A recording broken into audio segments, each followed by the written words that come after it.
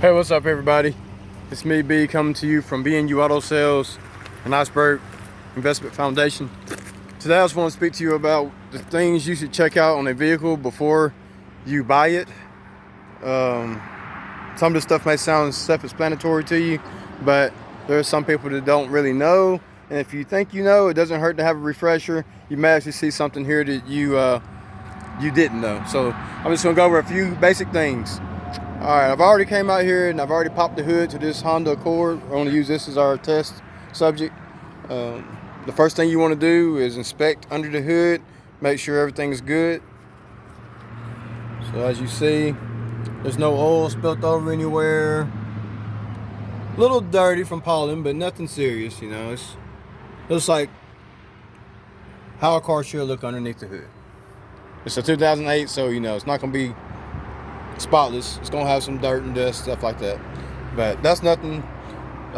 First thing I do always is, of course, check the oil.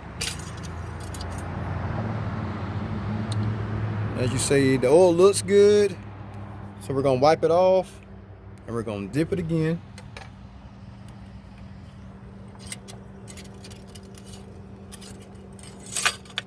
Make sure you stick all the way down in there, pull it back out.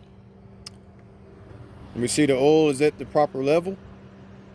Could use a change of oil, but everything looks good there. The main thing we're looking at when we pull the stick out is not just the oil level. We're looking to see if the texture of the oil is the way it should be.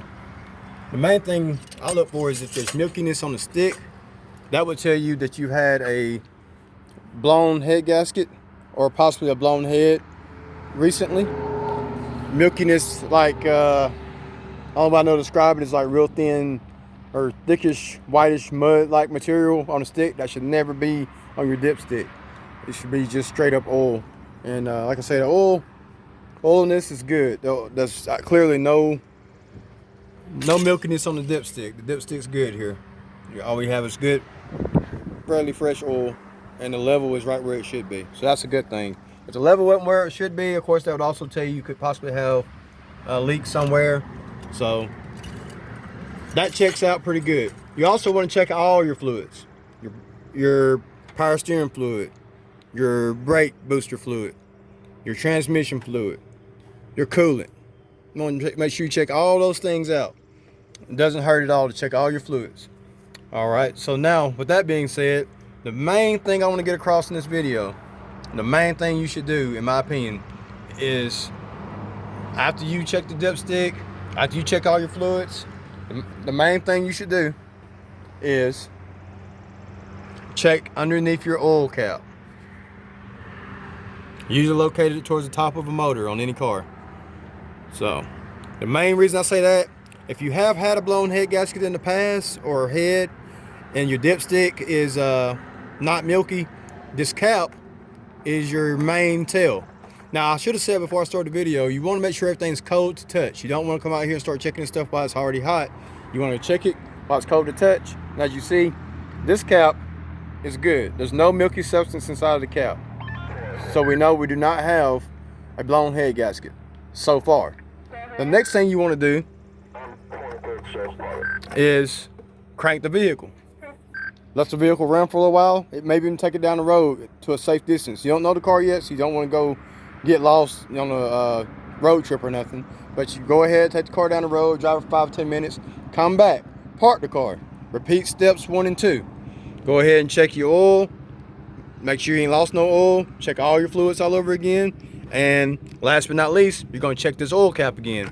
The reason we're going to drive it and then check it again is because if somebody has got in there and cleaned it up, people like to get in there and clean these things off. They'll put like mechanic in the can in there and stuff like that, and it'll temporarily, or sometimes maybe even fix the problem. But if they've had a blown head gasket and you try to cover it up, your oil cap will still get milky after driving the vehicle for a little while. This would be your only telltale sign for sure to tell you if you have a blown head gasket. They can clean the stick off, they can change the oil. If you drive the car for a while, eventually that milky substance will come back if you have a blown head gasket or a blown head. So it's very important to always remove the oil cap and check it. Don't just check the oil stick. That's what everybody knows to do, is just to check the oil stick. That is important as well, because you need to know what your oil level is. You need to know the texture of the oil. But the main and most important thing you need to do is check your oil cap. And while you're checking your fluids, like your radiator fluid and stuff like that, look down in that reservoir. See if you see any kind of sparkly or metallic shavings or things of that nature. That would tell you that someone has put some stop leak, or what I call mechanic in a can, in there to try to cover up the problem. Or they may have actually meant to fix the problem, but that's just not the safe and the proper way to fix it. The proper way to fix it is take the motor apart, replace the gasket, replace the head, whatever needs to be done. If they just put mechanic in a can in the radiator or the overflow tank, that could cause more problems in the future. It could cause things to clog up. It could cause that gasket to blow or head to blow again. It's just not really meant to be or it shouldn't be meant to be a permanent fix. Some of those mechanic in the cans advertised as a permanent fix. I just don't recommend them. I'll say go ahead and spend the extra bucks and get it done the right way. That way you ain't got to worry about it again in the future.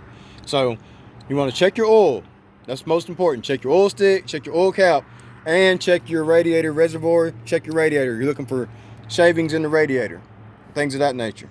But if all those things check out, if you got real coolant in there, you don't want water, of course, because you know that'll cause you to blow a head gasket during the wintertime when everything freezes.